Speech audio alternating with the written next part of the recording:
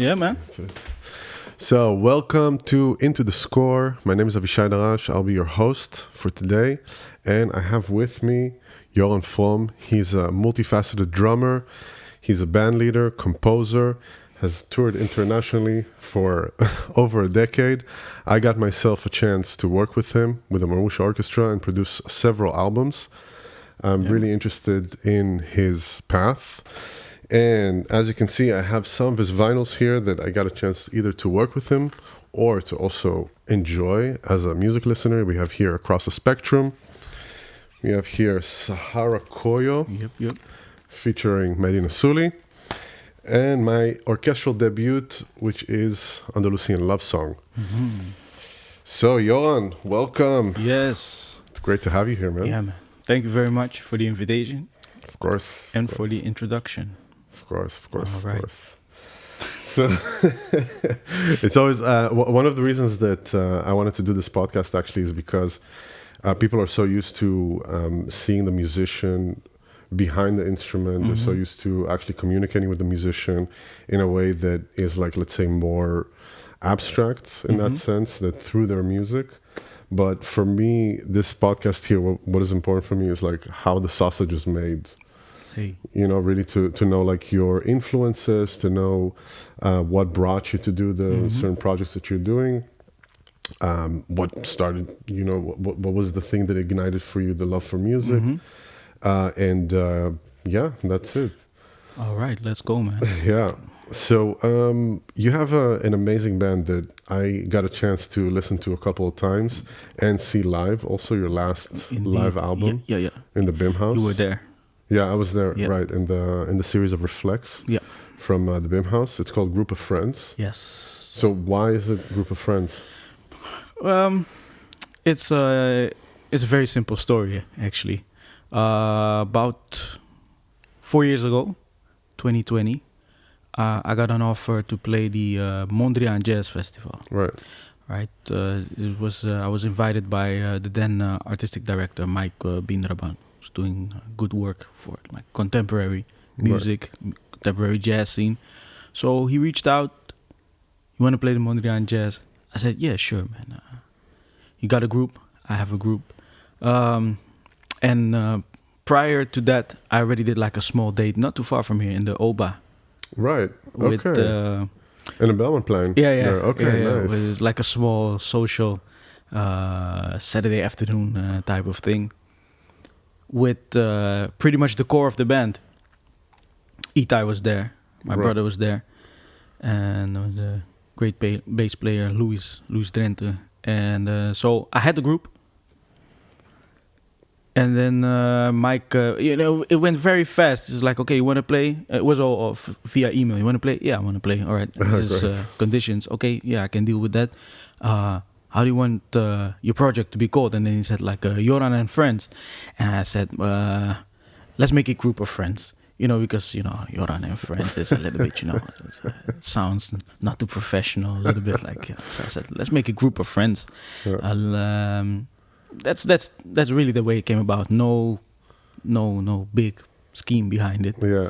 Just practicality. But it's very honest also because you are just a group of friends. Yeah.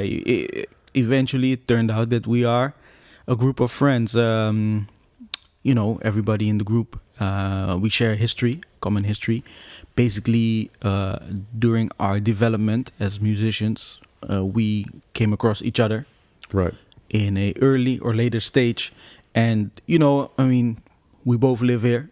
It's a small city in itself and an even smaller musical community. Right. And we come from an even smaller circle within that community. So we basically grew up together musically, and then also because you know each other from your teenage years and in some way also socially. So when basically this group came out of the sessions that I did for my debut record that features a lot of musicians, but the core is indeed a percussion ensemble that consists of my brother Yarif, Fanti Zonarabi, and for the sessions we also had the Vernon Chatelain. But my goal was always to work in a group with two percussionists, and given the fact that Fanti, Yarif and I grew up together through our. Well, we share a big part of our childhood. We share together, getting into the inner workings of the Mandinka percussion religion, or the djembe instrument, to simplify it. So I said, if I'm going to start a band, I will have them for sure. So they're the core. And well, as things worked out, I then added Itai was there, because I was looking for a way to have synthesizers without it necessarily being synthesizers. Without it being a keyboard. Without it being a keyboard, yeah, exactly. Yeah. And Itai is actually out of the group, the person that doesn't share our common history, because he has his own musical background, and he came here through the conservatory, stayed, and actually I know him through our shared nights at Café Alto, just developing our knowledge of the American songbook. Yeah, and it's usually the tenor also. Yeah, exactly. Yeah. With our common brother, Mr. Gleek. Ah, yeah, exactly. Yeah. Exactly, with Ishai Gleek or Jesse Hay. Yeah, it's like whatever you want to. Yeah, exactly. Depends on which kind of socials. Exactly. And then I had just done a small tour with a group that also comprised, had Jimmy Hasselip and Scott Kinsey in there. And then Itai also he started expressing his love for Saunu. I said, man, nice. You're the guy I need, So I invited him to do like a small session, and I said, "This is what I'm looking for: synthesizers without being at because I didn't really I thought it would fit to be like a quintet. So I added Nathan Klumpenbeek, because we're from the same neighborhood. Well, that doesn't really matter, but we're from the same neighborhood. It's like his best friend in school was my best friend in the street. So I actually remember the day that he came up to me and said he was going to take bass lessons, So, and he said, I'm going to take bass lessons with Glenn Gadum Jr. and Reno Steba. And at that time, they were like, well, they're still amazing bass players. But I said, like, how long have you been playing bass? I said, I just started. You taking lessons with them? Yeah. All right, and then years went by and we meet at the conservatory again. Like we have also like a shared, Yeah, like, of course. So we did the Mondrian gig. It's still out there somewhere on YouTube, and it went surprisingly well. But I felt that we were missing one thing, just an extra color. So a week after I could do this, I was invited to do an item for Vrije Geluiden. Right. Yeah, it's a great item that's available on YouTube also. Yeah. So I said, let me add Timothy Banchet, see if he's available and willing to do it. And as we all know right now, he's one of the most sought after piano players for his accompanying skills. So he's a busy cat, but he really enjoys playing with us, I have the feeling. And so that's how the group came about. But the name itself, I drifted off a little bit. It was just like, I need Yoran and friends. Nah, let's call it group of friends. Yeah. As it turned out, my colleague, Joost Leijbaert, composer and drummer, self-made musician, as in setting up his own concerts and touring and stuff like that. Musical entrepreneur. Exactly, musical entrepreneur. He told me, it's like, your band is named Group of Friends? I said, yeah. My first band was named Group of Friends. Yeah, it's funny. I said, like, there's not going to be any trademark infringement. No, I said, no, that band quit 20 years ago. I said, okay, we're good. That's funny. Yeah. That's funny. I feel like sometimes, it's funny that the story that you tell now, because sometimes like with programmers, they're like, oh, you want to just bring a bunch of people and just call it like your name and friends. Exactly, yeah. And that's like a little bit like it becomes like the generic disposition of, okay, you just do that gig and then see what happens. I mean, it's nice if you do like an occasional get together, like a Sunday evening, afternoon gig or something like, maybe. But for a band name, it's a little bit too casual, so to speak. Exactly.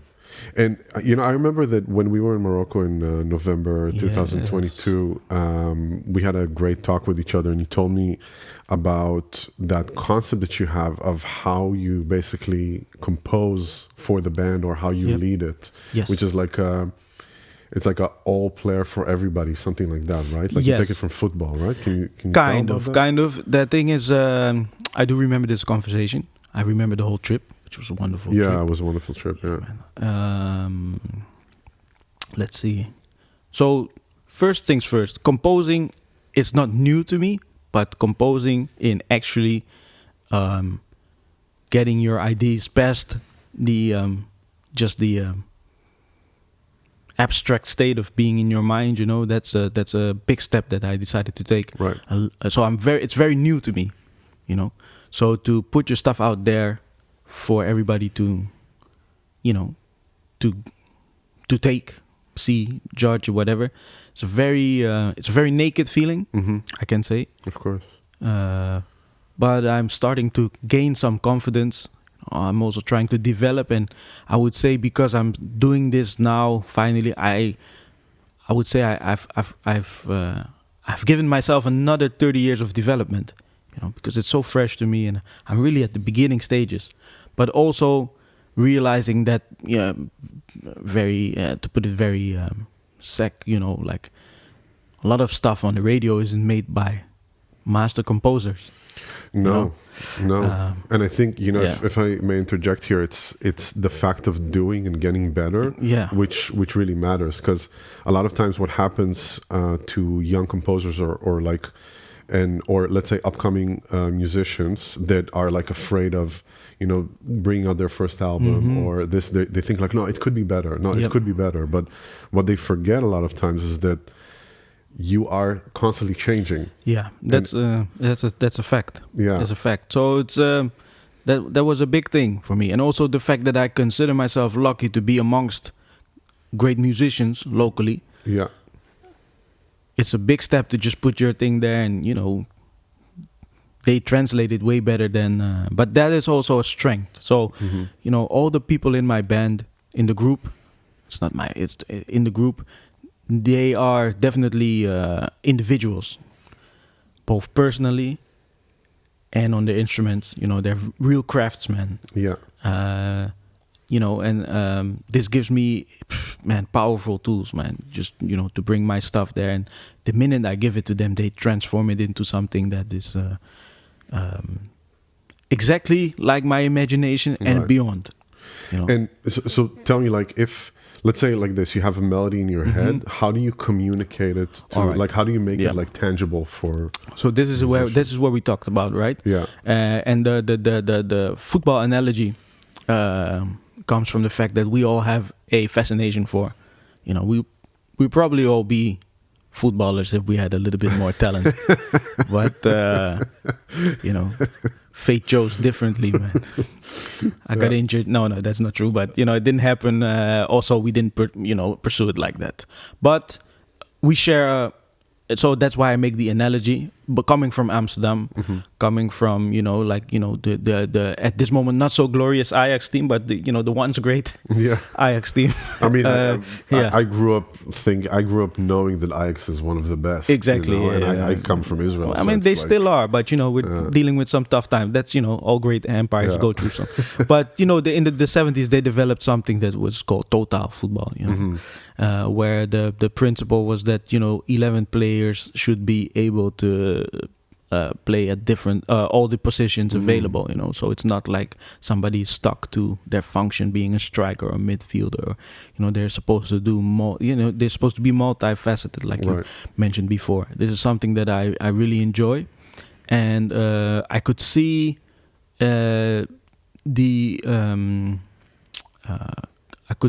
I wouldn't say compare, but I could see similarities in a group like Weather Report, which is a very big Right. inspiration to me.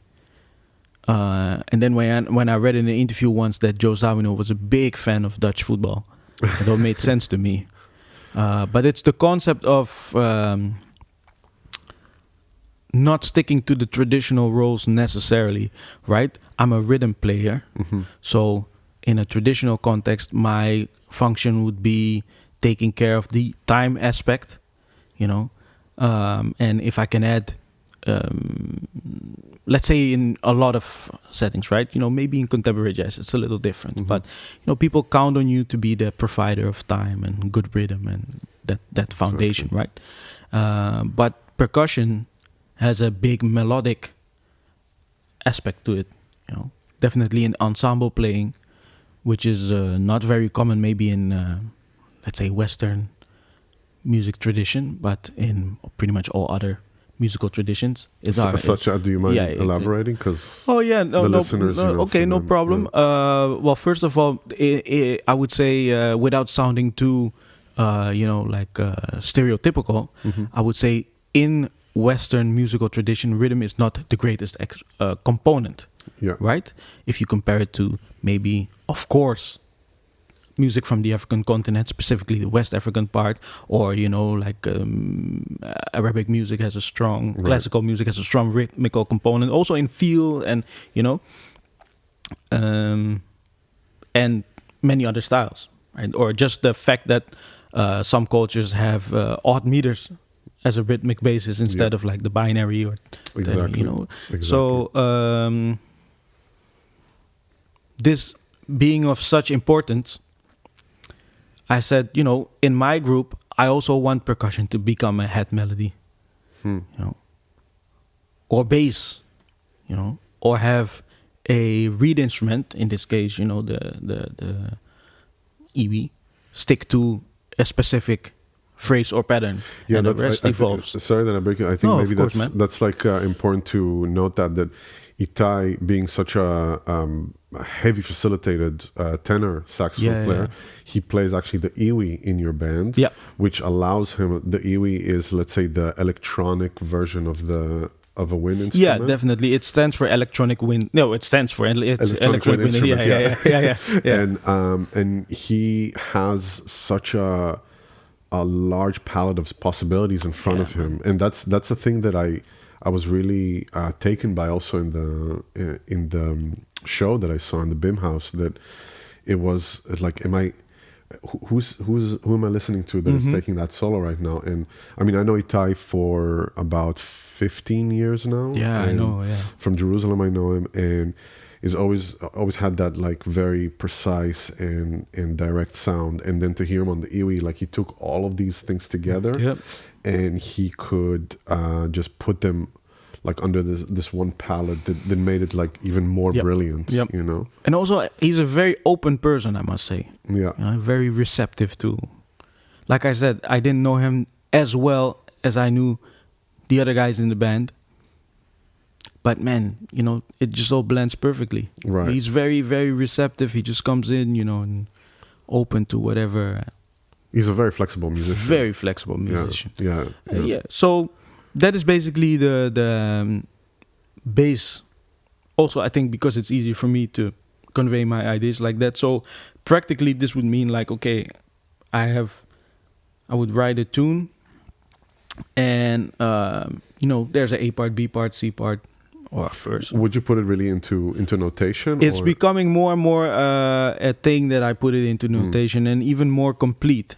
But still, it's basically I write sections, but comprised sections, which means that, for instance, if I choose for a amount of chords, maybe 2, or maybe just a vamp, you know, I give Itai, for instance, an X amount of melodies that he can play, you know, or one melody and some variations, or you know, by now I'm just telling him, you know, this is the melody, and you can go your own way rhythmically, you know. But Right. It used to be a little bit more that like option 1, 2, and 3 or something like that, you know. Right. And the same could go for the harmonic part. That so if the melody is a little bit more like the fixture, you know, we do like, okay, there's 2 sets of harmonic possibilities. Still very within my limits, I must say that, you know, I'm not yet as developed as I would like to be. But I'm, within the limits of my possibilities. This is the options that I give, And as far as the percussion section, because we have such a good understanding, also, rhythmically, there the biggest component is the fact that we are so steeped in the tradition, definitely of the Mandinka, the djembe culture, that we're trying to. Let me put it right. We're trying to play from the tradition and not the tradition. So a very common thing within the percussion drum world is, okay, I have this beat, and then a percussionist would probably go like, okay, from my base of knowledge, what rhythm would fit the beat that he's playing? And then we kind of have this meet the world concept, right? So, I play my Turkish stuff and you play this 4/4 Western pop beat, and then, it's a blend. Which is fine, it's been happening for years, and it works, and it's a fine concept. Nothing wrong with that, but I felt that with the knowledge that we possess of not just the West African rhythms, but also of our own native Afro-Surinamese background, we can do a lot of things that go more into the sphere of improvising, So we take those traditional rhythms and we build phrases from it, and not necessarily play like this rhythm with this groove, and we phrase within the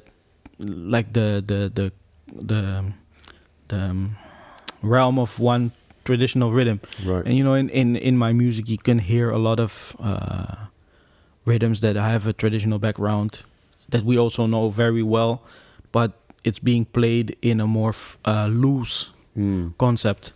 Yeah, to find the middle ground, Yeah. Because that's the thing that also really I could really notice that is that even though let's say in theory it would seem like it's very full, I did not feel that it's overwhelming the BIM house. I felt that there is space to listen to every single instrument, especially the percussion, because there was like a deep understanding of who's coming forward, who's gonna take a little bit back. And it was like a lot of times what happens in post-production is that someone just does automation to it, and then you just fix it like this. But then you see really the skill of the band when they play live, and then you really realize like, okay, they are really feeling and listening to each other on the level that if Fanti, for instance, is taking a solo, there is not like this overwhelming feeling of everybody's playing constantly. There is this understanding of now we're going into this segment, and it's flowing very much. I mean, for me, the show went very quickly, So that's a great. Thanks.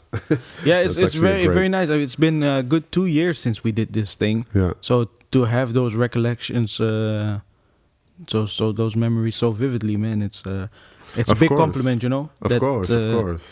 Yeah. And I must add as well, for that project we had 2 extra percussionists, so we were there with like a quintet of percussionists, man. We had Vernon there, and we had a young talent he's in New York now doing his masters. His name is Sekou.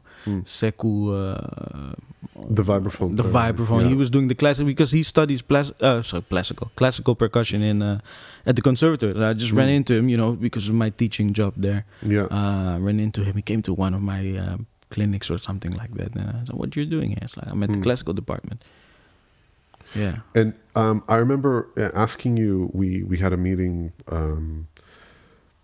Pretty close actually after that that gig, and I asked you about the dance aspect. Yeah, I saw it through my own I can say ignorant eyes. I saw it as like a combination of multidisciplinary, and you said that it's not multidisciplinary, it's what it is. That's just it's a natural connection between the two disciplines. For sure. So how could you explain a little bit more about that? Yeah, I mean, I think in all societies, music and dance just go hand in hand, So for me, it's no more than natural to incorporate the 2 aspects, I must say my knowledge of dancing is still very, very much in its infancy. But I have people in the family Mm. that are heavily involved in dancing. And in this specific project, my sister was involved.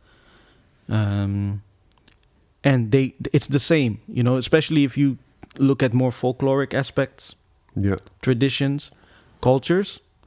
Music and dance is there, man. It's there. Music is there to accompany any type of celebration Right. where there will be dancing. Right. And especially the relationship between a dancer and a soloist. It's very deep, because for a soloist to become the soloist, he needs a very deep understanding of movement, steps, phrasing, because a lot of phrasing is built on either speech, Yeah. Of course. or dancing, steps. But I think, okay, so let me rephrase my question. Was it clear for you that you're going to incorporate dance in that specific show? Yeah. No. It was like there was no like a moment of, do I need to do it or not? It was like immediately this is what it's going to be. Also, we had done it before. Mm. We did it at music meeting. We did it for a small TV item we did in that's a program called it's a Jan Douwe Kroeske program. It's called 2 meter sessies. 2 meters, old legendary program that's kind of being revived. It's cool to name names, right? Yeah, of course. Okay, cool. Of course, man. You can, yeah. if you anything you want to plug, anything you want to, that's of course, okay. That's of course. Anything also that we're talking about today, I'm going to put in the description. Okay. Links to the your Vrij Geluiden and to your album. Well, of course. That's nice. Of That's course, nice. Thank you. Yeah. Wait a second. Yeah. So there was no issue there to incorporate dancing. Right. Yeah, because we had been doing it for a while. At one point, I would like to work with maybe an ensemble. Yeah. 4 or 5 dancers. And actually a choreograph also, or like was it like, because who choreographed the dance exactly? They did it themselves. They did it themselves. Yeah, so we had 2 dancers. Jaila, she's my younger sister, and then we had Iovi. Iovi is a dancer. He's been here for a long time. Yeah. And he's working at the AHK also as one of the main dance teachers there, and he's doing a lot of courses and plays, and he's a great dancer. He's actually also a percussionist. Okay. Yeah, so I know him as both. Yeah. Great, man. Amazing.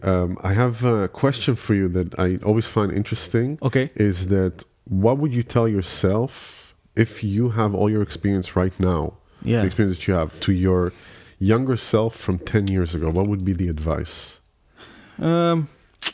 That's a good question, and for me it's really difficult to answer, because I made it a really big objective to make sure that I'm not making the most out of it, but that I'm being very aware of what I'm doing at that moment, and that What do you mean by that? What do you?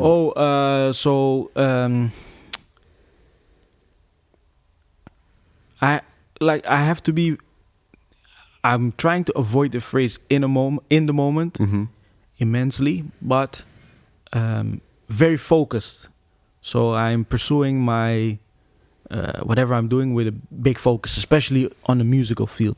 And about 10 years ago, a little bit before things really started running for me, more on an international level, playing with Frank McComb and stuff. Yeah. And I realized that, this is what I wanted to do since childhood days. So I really have to be there now. So the focus thing is very important. So if I hadn't known that then, I would have probably, with the knowledge that I have now, tell myself to be very focused in the moment itself. Yeah. And to trust that things are going the way that they're going. Yeah, maybe that's a fair point. But that's really only something you can gain with the experience. I'm now about, let's say 5 or 6 years ago, I started embracing the fact more that things just don't go the way you might have wanted it to go. Exactly. We make plans and then life comes in between. Yeah, exactly. And but even in improvising, So for me, improvising is kind of like problem solving in a way, right? So the moment you say to yourself, I don't know if you experience that, the same thing is like you might have this lick you want to play at this specific part in the music, and the music is going to be at that point where the lick is going to be perfect, Of course. and that point is never going to come, right? And you're just going to keep noodling and noodling till you wait for you're going to point at the bass players, like, you know, but it's not going to come, you know. Oh yeah. And I think we all deal with that stuff. I just realized that it's not gonna enhance my performance if I'm going to. So basically, I accept the struggle that things might not work out the way I wanted it to work out. So it's, you know, it's problem solving. It's, you know, kind of like, you know, adventuring, just starting somewhere and see where things end, Right. you know. And then you'll find that things are very smooth, you know? Very, very smooth. Like if I understand you correctly, it's a thing of like detaching yourself from the result.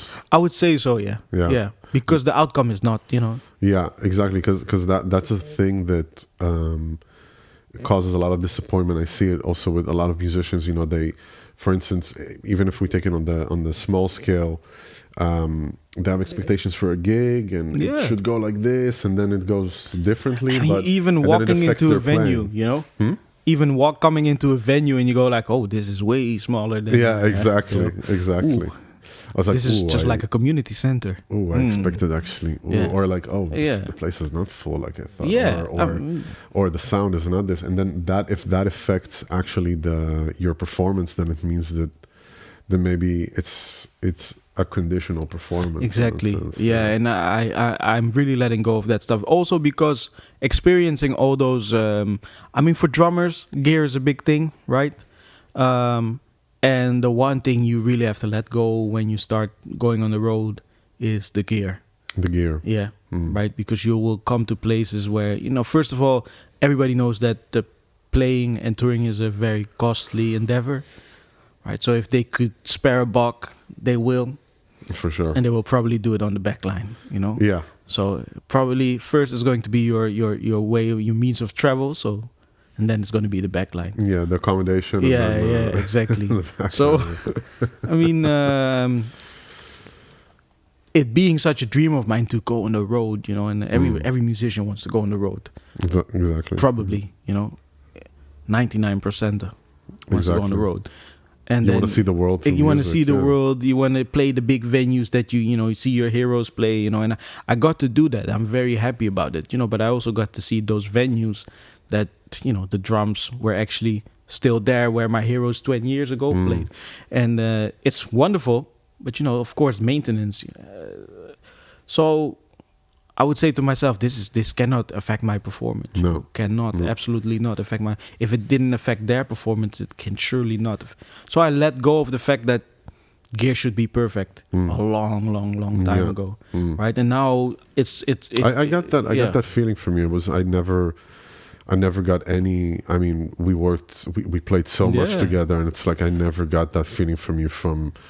Oh, this is something else I expected, or you know, I was just always like, yeah, let's do it. Yeah, you have to, you know, because the people really don't care what type of drums. There's maybe one or two people in the audience that are gear freaks, you know. Most people just want a nice experience. Exactly. Right?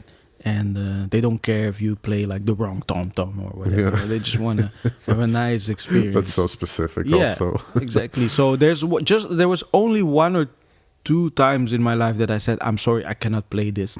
Because it was just being rude, serving gear like that, being a professional backline company, right? So I just told him, it's like, from a ethical standpoint, you cannot do this. Yes, I understand what you mean. Yeah. And what would be, if you don't mind sharing it, what would be like you don't have to name anyone, of course, but like your worst experience on the road or a gig, or, you know, for people to know that also happens? I have one legendary story that I can share I always find them very funny. That's why it's They're extremely funny. because they're tragic. Yeah, you at know? that time it wasn't that funny, but thinking back, it is funny because I'm still here. We came out harmless. Yeah. But I remember doing this one gig where we got called to accompany a within his community very big rapper. Hmm. And as a matter of fact, even like the proceedings with the artist himself were just fine, no problem there. It was the surroundings that were a little bit like funny. So of course we get called to, we get our details, and the gig's supposed to start at 9:30, and at 9:30 the room is like completely empty, which is okay. That happens, like. Empty in terms of people that no one came, or like no one, backline. No one came. No, we Wow. brought our. No, I didn't bring my own backline that one, but it was just empty, And then we already had a feeling like, okay, this is going to be a late crowd, but they even told us the crowd was going to show up later, and stuff. So we actually went back home, just some dinner, and came back still empty, Suffice it to say, I didn't start counting off until 2:30 in the morning. Oh my god! Yeah, 2:30 in the morning. And then some stuff happened. As it turned out, the promoter did not fulfill all of his promises. Financial and logistical. Yes, yeah. Well, not so much with us. But we needed to straighten some things out. So we thought it was going to be, like a very simple, formal thing. But by the time we came down to where this promoter was actually hiding himself, he was already being arrested by the DJ of the evening that, for the umptieth time just wanted to get his pay. They had been working together for a long time. Yeah. He just wanted to get his pay, and the guy was pleading, the promoter was pleading for understanding that, ticket sales didn't, it was a full house, but it wasn't a big room. So ticket sales kind of did not match his expectations. So he might have to pay the DJ some other time. We work together quite often. So, you're going to see me the next time. Yeah. And the guy just was so desperate that by the time that, we actually got to talk to him, he was just walking around the room just kind of with his mantra. It's like, I just want to get paid. I just want to get paid. I just want to get paid. And we were in our business proceedings with him, just trying to smooth things over, and all of a sudden we just hear this knock on the wall. It's like, and there is another guy, some manager of some artist that also plays. It's like, I'm sorry, I've been told that I have to be here for payment proceedings. And we just went like simultaneously, like, not now. That's hilarious. So another hour goes by, and the guy's still, and this is a true story, man. It's like, I'm not making it up. Just want to get paid. He left the room. We're almost done finalizing everything, because there were more dates supposed to, but we already felt like this is not. Thing is fishy. Like. Yeah, let's not do this. Let's not attach ourselves to. We don't have to do this anymore, right? So by the time that we finished, it was already like daylight. Oh my god. Yeah. And we hear this final knock on the door, and it's the manager again that was looking for his payment. And we all go like, not now, man. Like, we told you really, not now. And he went like, yeah, sorry, man. Is there a guy that owns like a white Renault? And the manager goes like, yeah, it's me. Right, yo, you might go outside because somebody's trying to throw your car in the canal. And it was the DJ. The DJ that wanted to throw his car in the canal. Yeah. And then we said like, it's time to go. It's time for us to go. When people throw cars in canals, it's time for us to go.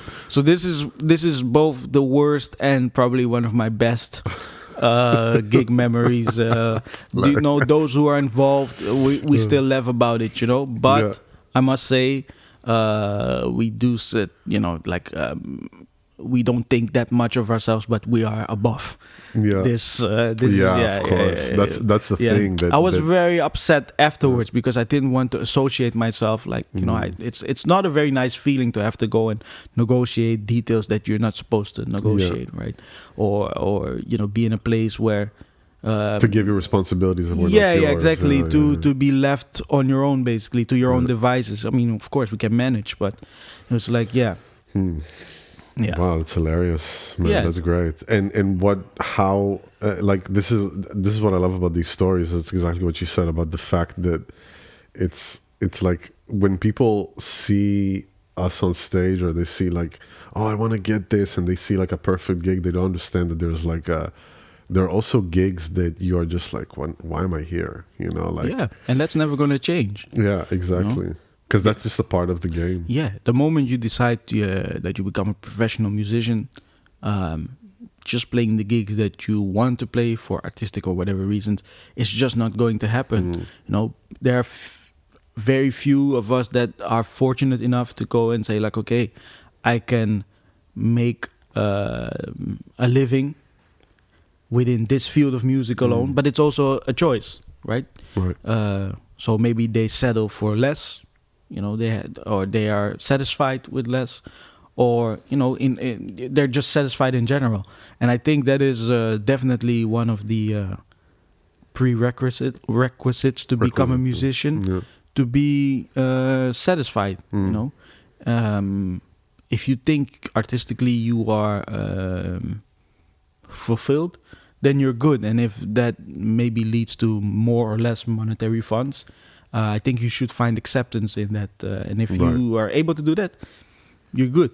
Interesting. You're good. Yeah. And which story do you have of the best experience that you had that was just like, oh my God, if this could be all my gigs like this, I would just, you know, or I could die after this. Like this was perfect. Yeah. Well, for me, going to play in Tokyo for the first time in my life was definitely from a professional standpoint one of the best experience I've had, just because of the way they provide circumstances for you, you know, to do your job. The conditions. I mean, they take it to like the next level, where you even go like, okay, this is, you know, I'm okay, you know, I'll manage. You know, just to make my point, we were playing the Cotton Club in Tokyo. This was with Frank McComb, and it was my so far only time going to Japan, Tokyo. They had us, when we would enter from the dressing room to the stage, it was like we had to go through the audience. We placed 2 sets a night. Every single night there was a person guiding you with a light, you know, to make sure that you don't trip or fall. It's no problem. There's light. There's everything. But they just that's the excess part. Yeah, but that's the care for details. Yeah, exactly. Also, yeah. But in Tokyo, that's where I learned that you know, in Dutch we have, you know, a saying that you know it, but it's one of those things that you can't really translate to English. It's a beetje. A beetje? Yeah, beetje. The word beetje. Like you know, it's a little, or it's a little bit. A bit, yeah. But you can say een beetje meer. You know, and it's like a little bit more, but it's not really like a little bit more. Like it's one of those things you don't really know that they actually exist. But then I went to Tokyo and I found out that it actually exists, because we were doing sound check just before opening night, and one of the monitor people came up to me. Actually, we had one person assigned to us for monitoring. So there was the guy doing the front of house, his staff being, you know, I had one next to me, bass player had one next to him. Wow. So every person had a monitor person. Yeah, and wow, you know, not even with the iPad or something. It wasn't a thing then. So they communicated on our behalf. Wow. Yeah. Okay. Man. Was it a language thing also? Was it like because? No, it could be, but it was more like I felt it like not a respect thing, but just, you know, respect for the craft. Right. You know, we're doing our job right, you're doing your job right, we're all doing our jobs on the same level. So it wasn't like this person was to be there to be my to be my no, not at all, or not even to be my designated help for the stay. No, it was a person that was trying to do. They were making their lives easier, you know. So instead of going ba ba ba ba ba, you know, they would go like, okay, are you okay like this? Blah blah blah. Okay. And then I said, I just need a little bit more Fender Rhodes keyboard. And we were playing, and I could hear the sound of the keyboard go up just a beetje. Just a bit. And I said to myself, hey, it does exist. It does. Yeah. And it was a beautiful moment, man. It was like my first few hours in Tokyo. Yeah. This is a very good recollection that I have, because we all know the monitoring thing, man. And even like the best monitors, like, can I have a little bit more piano? Yeah, you know, then it's only piano. And then I could feel the guy go like, exactly. and I could hear it. I could hear the touch go up just a little bit, man. Or sometimes it's so bad that you're like, what to do, you know. What to do. And this was like, wow, man. So this is a fond memory, and just the whole trip in general. Right. Our playing, it definitely affected our playing in the most positive sense, you know. But also, man, situations where it's the complete opposite, right? Where, you know, due to location or logistics, the backline is just not up to your standards, your so-called standards. And then the gig is just wonderful because the people are so receptive. Yeah. You know? You mean the audience? The audiences, but just, you know, in general. Yeah. You're feeling, you're being so welcomed by everybody just because the simple fact that you play music, their music, new music that they might recognize, you know, and it's so easy to connect with people. This is, again, I'm going into the realm of stereotypical stuff, but it's just it's really true, you know. Most friends I made through music. Yeah, it's just a simple fact. Yeah, exactly, because you have this connection that it's just so you have like correct me if I'm wrong, you have a mutual language that is universal, but you cannot translate it, and then it touches your emotions directly, exactly. and then you have this like really unique experience with each other. Yeah, you know, and that's sometimes what I find so magical also in like musical relationships. it's true. You know? And also the fact that, you know, if you can connect musically, it means that one way or another separately, because maybe sometimes you haven't met until that moment. Yeah. But you went through the same thing. Exactly. Right? From maybe your early age or some time in your development, you decided to dedicate yourself to figuring out this thing that is called music with your instrument, make it your craft, and then you meet this person from some other country 4 or 5 hours flying away, or you know, whatever, and you can connect on a level that is it's definitely universal. But it's also, it does mean that you put in the same amount of hours to get to that point. So there's also a practical level, and I think sacrifice maybe, or just you know, like passion, you know, and it means that I think that's also sometimes where the connection really is, right?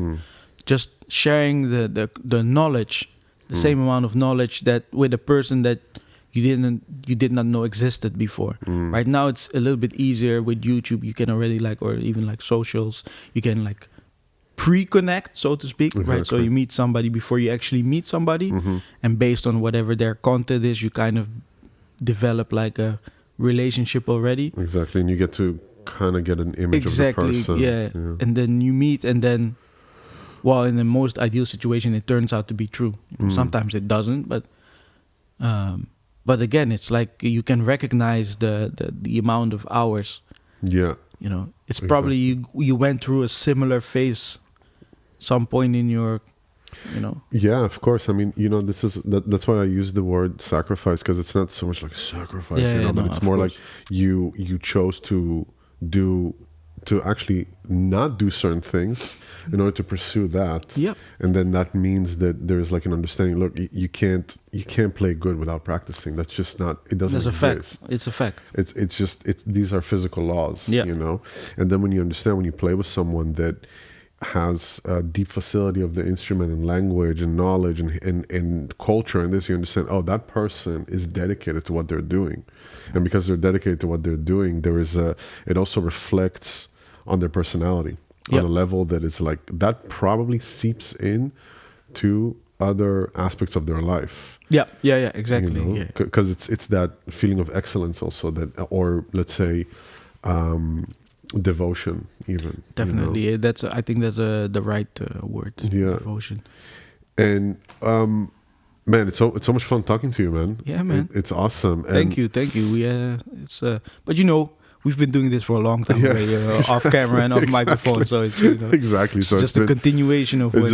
I was immediately like, I was thinking about like, man, of course, like I saw at the BIM house. I asked you like months ago, but then I saw you again at the BIM house like a few weeks ago, and I was just like, yeah, of course. I mean, this is like, it's such a natural evolution that we're just gonna put it like on tape. Exactly, man. You know, because we put so much on tape of what we did. We did the projects, the 2 records that you showed. Exactly. The first one. Exactly. Yeah. And we also played it on many occasions. Yes. And then, exactly. of course, you are also responsible for introducing me to or connecting me with Mehdi. Yeah. Nasuli, of course, man. So we had great musical endeavors so far, you know. So exactly. That's a proof also to that, because it's like, I mean, it didn't happen to me, at least. I don't know if it happened to you, that like you have a connection musically with someone, and then it's like you talk to them, it's like, wow, that person has no personality, or like, this is like, I can't really talk to you. No, you can find it. Usually you'll find a way. It's just really, yeah, exactly. Because I mean, music is such an important aspect of our lives that we kind of, maybe that's not even a fair thing to do, but we kind of judge people on the quality of their on their capabilities, and we might say, okay, you're a nice person because you're a good musician. I had to learn that a little bit, you know. It's like also I'm being very honest here. It's like, no, for sure. You know, and it's not that I would only hang with great musicians. That's not a thing, but actually not at all, you know. But I do notice that it's just easier for me to connect with people that share a similar affection to music, you know. And coming back to, you know, the people in my band, for instance, man, funny story, but we not too long ago I was on the road with Timothy, but it was not our project. We were doing, you know, because we also do a lot of session work for other people, so we were out on the road. You're talking about Timothy Banchet? Timothy Banchet, yes. And in the bus on the way to the hotel, he started talking about a North Sea jazz segment. It was the registration of George Duke doing a concert, and I mean, the exact same thing that he described that made an impression on him, made an impression on me, you know. And this is like 99, was the 99 North Sea Jazz edition, and it was on television, and it was because of his second keyboard player, George Duke's second additional keyboard player, which turned out to be the great Otmaro Ruiz, played guitar on the keyboards. Like a guitar sound. Sound. But you know, like the way you want a guitar to sound. Okay. So he was doing the right like spread of the voicings. Right spread of the voicings, Wow. But what made a real impression on us, and I remember to this day, that he used the pitch bend for articulation. That's cool. And it sounded like, you know, an actual slide on the guitar. And the way he described it was exactly the way that I felt it. So now, I didn't know him at that time, right? But we shared a musical moment that made a lasting impression. And then you find out, because even between the story that I now share and that the first time I met him is already like 12 years, right? So after 12 years of knowing each other, we find out that 20 years ago, we got impressed by the same thing at the same moment and probably at the same time because in those days it was national television. Exactly, you would watch it at the same time. Yeah. Man, that's awesome to have these, like, when you find like an even deeper common denominator with a friend of yours, like a colleague. What advice would you give young musicians that are trying to break into the scene, that are let's say they're just off conservatory or they're in conservatory, they start to get some gigs and they want to either break as session musician or as a composer or band leader? Well, of course, I teach at a conservatory. Right. And I also teach a little bit private. A lot of young drummers, they come to me either through the conservatory or... especially being involved in, you deal with all the musicians, I have a few ensembles as well. I had to think about this for a little bit because, it's really like a nothing or all type of business that we have, You can't go in half, you have to do it, you have to go in head first and all those type of things, But how do you make sure that is responsible advice, because it's not necessarily the most responsible way of living. You mean the totality? The totality of the music business. There's actually very little room for relaxation, right? It's a grind. It's a hustle and a grind. So that's fine, but I think the best advice I would give to somebody is, acceptance. It's very important. Acceptance. Yeah, man. Okay. Acceptance is very important. Acceptance of the situation that you're in, no matter what.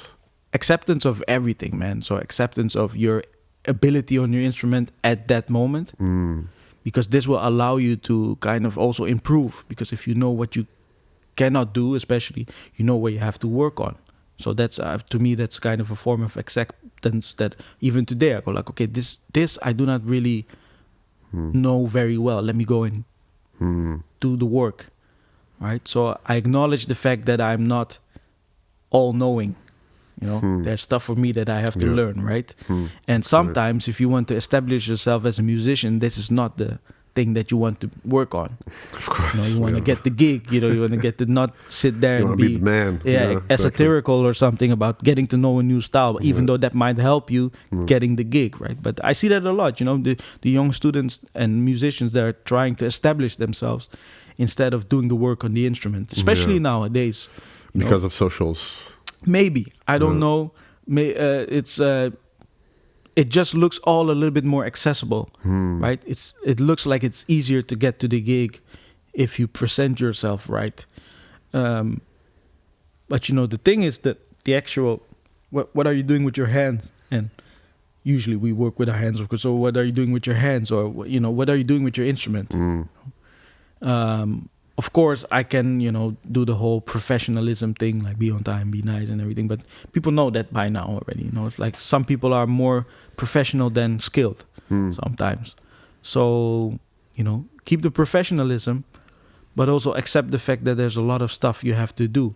Accept the fact that this is not a business where, money is an overflowing thing. There's money to be made, but by very few. So accept the fact that you can make a living. Accept the fact that it's not always going to be there in the big numbers, right? Or in the stability is not always going to be there. If you accept that, you can lead a wonderful life. Because, of course, our biggest scare is an empty agenda. Yeah. But that could also be a very good time to work on your craft. Yes. Right. Yes. So that's another form of acceptance. Okay, so if this thing is going to be canceled, well, that's a bummer because, it allowed me to do this and this and this financially or, socially or whatever. But now it's going to allow me to dig in to the thing, and it's very, it's state of mind, blah, blah, blah type of thing. But this is what we do. If you want to be a true musician, accept the fact that it's a 24-hour thing, man. 7 days a week. So if I understand you, it's, if I may just compress it as the acceptance and actually acceptance. Also humility. Yes. Yeah. Humility Yeah. is very important. Definitely. And flexibility Yes. in that sense. Without showing it. I think if you are a true lover of music, humility is a natural trait to your character. Yeah. You know, because being involved in music really means that you're being overwhelmed 90% of the time. Yeah. You know, like there's just so much good music coming at you all the time. Especially now. Yeah, there's so many great musicians coming at you all the time. Yeah. You know, you just get over the one phenomenon and there's the next phenomenon. And you know, and it's like, okay, how am I going to put myself in this thing? I could consider myself lucky that I never really suffered of, you know, like trying to compare myself, which you do to a certain degree. No. But how do I position myself in between these people? No, it's like, you know, this is me. Mm. I can do this, I can do that. I can be of importance here or not. Mm. It's okay, you know. And I found that adapting this mentality for my lifestyle just gave me a lot of peace of mind, man. Mm. You know, come in, play my music, play the music to the best of my abilities. Yeah. I do the work. You know, you do the work, Mm. which is also a form of acceptance. You have to do the work, you know. Yeah. In terms of like practice or show up, accountability. Everything, Yeah. everything, you know. But especially being, you know, knowing the instrument. Hmm. You know, I think it's very easy nowadays to invent the wheel, you know. But for some reason, with all the knowledge being accessible, nobody really digs into the stuff anymore. So in my case, there's a lot of young drummers, man. They don't know who Art Blakey is. Wow, really? Yeah, man. The jazz drummers that Yeah, are with you natural know, inclination well, to jazz. just drummers in general, Yeah. you know, or they don't know. And it's, you know, it's an age thing. I can understand, you know, but they at best might maybe know Dennis Chambers, Hmm. you know. But I think one of the most important things of the instrument is understanding the whole legacy of the thing. You Yeah, know? of course. You don't have to be a jazz drummer to appreciate Max Roach, you know, because Max Roach wasn't a jazz drummer at the time, so to speak. You know, he played the music that we call jazz, but he was a drummer. Hmm.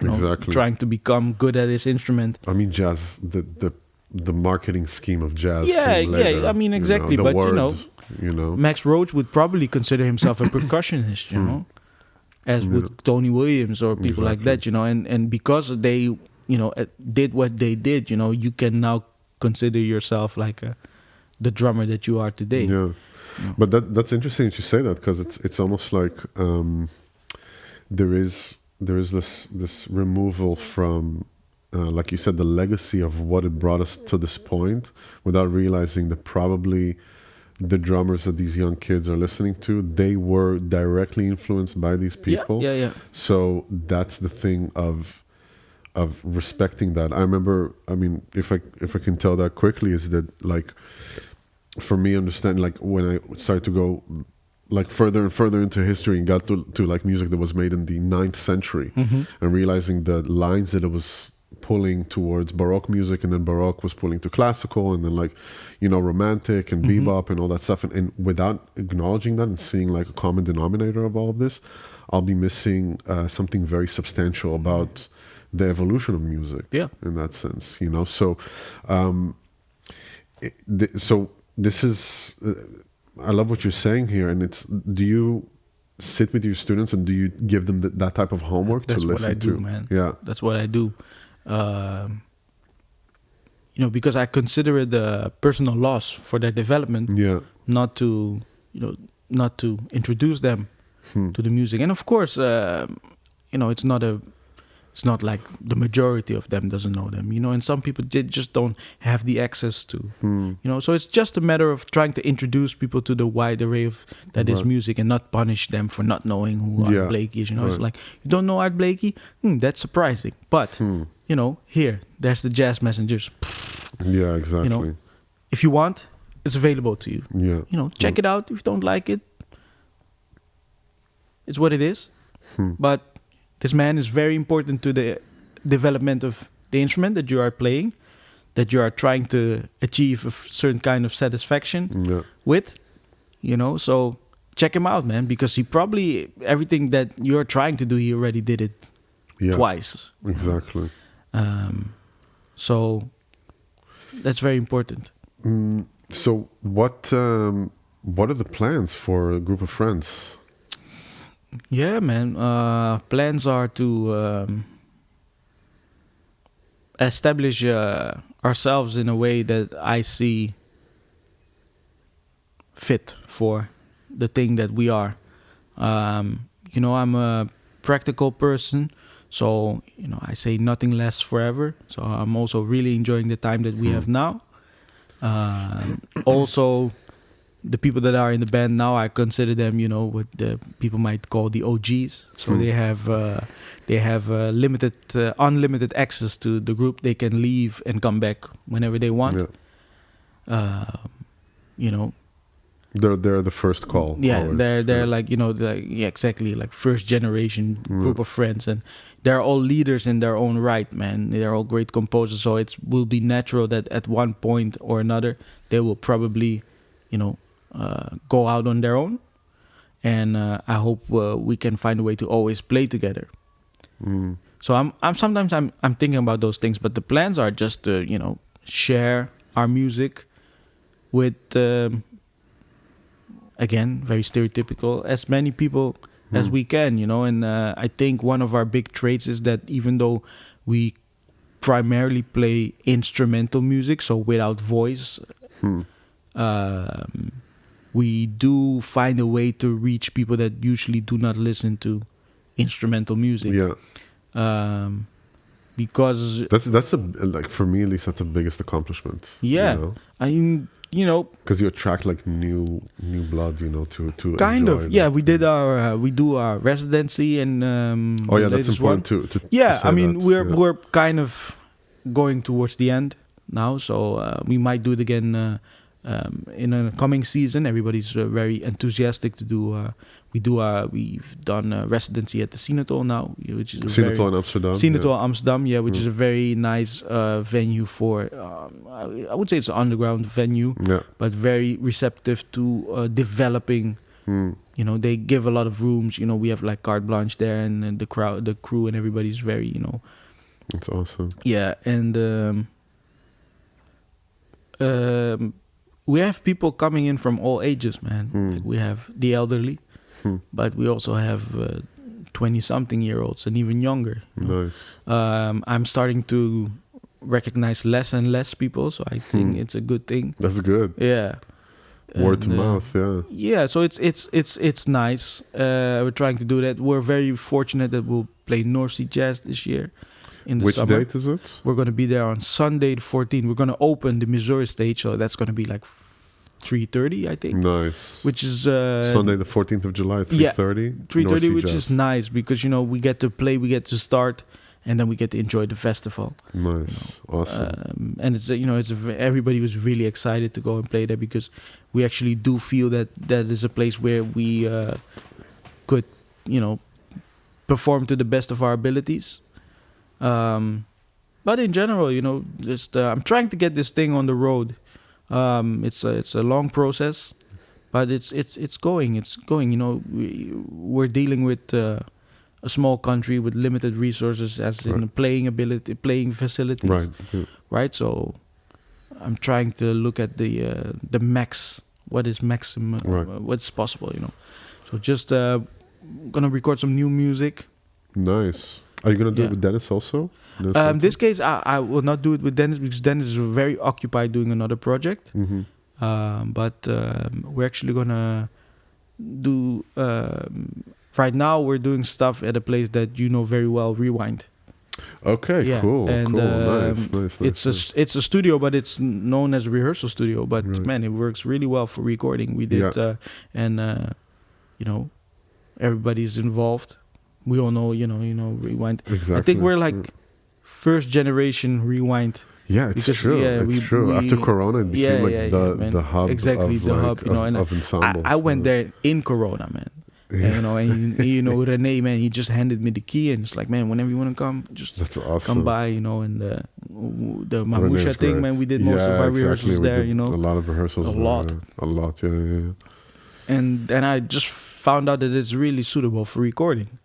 Yeah. Man, we record. We did the Medi thing. The video, yeah, video, exactly. I mean, It turned out great. Turned out great. And he really went he did the whole nine to just make sure that the video exactly with the streaming exactly was very nice. Indeed, we did the video there. Yeah, he has the entire infrastructure for that. Exactly. That's what's so cool. Yeah, exactly. So I did a few sessions. They're more like informal sessions, but the way it sounds now, not just informal. The video, I have 2 videos out on YouTube that were recorded there, and it sounds good. So I said, well, maybe let's just record here. But I'm working on another solo album. And ideally, I would like for the band to record a joint project where we all contribute compositions. So it's the way I see it, it's going to be like a small EP. Nice. 6 people, 6 compositions. Nice. Right.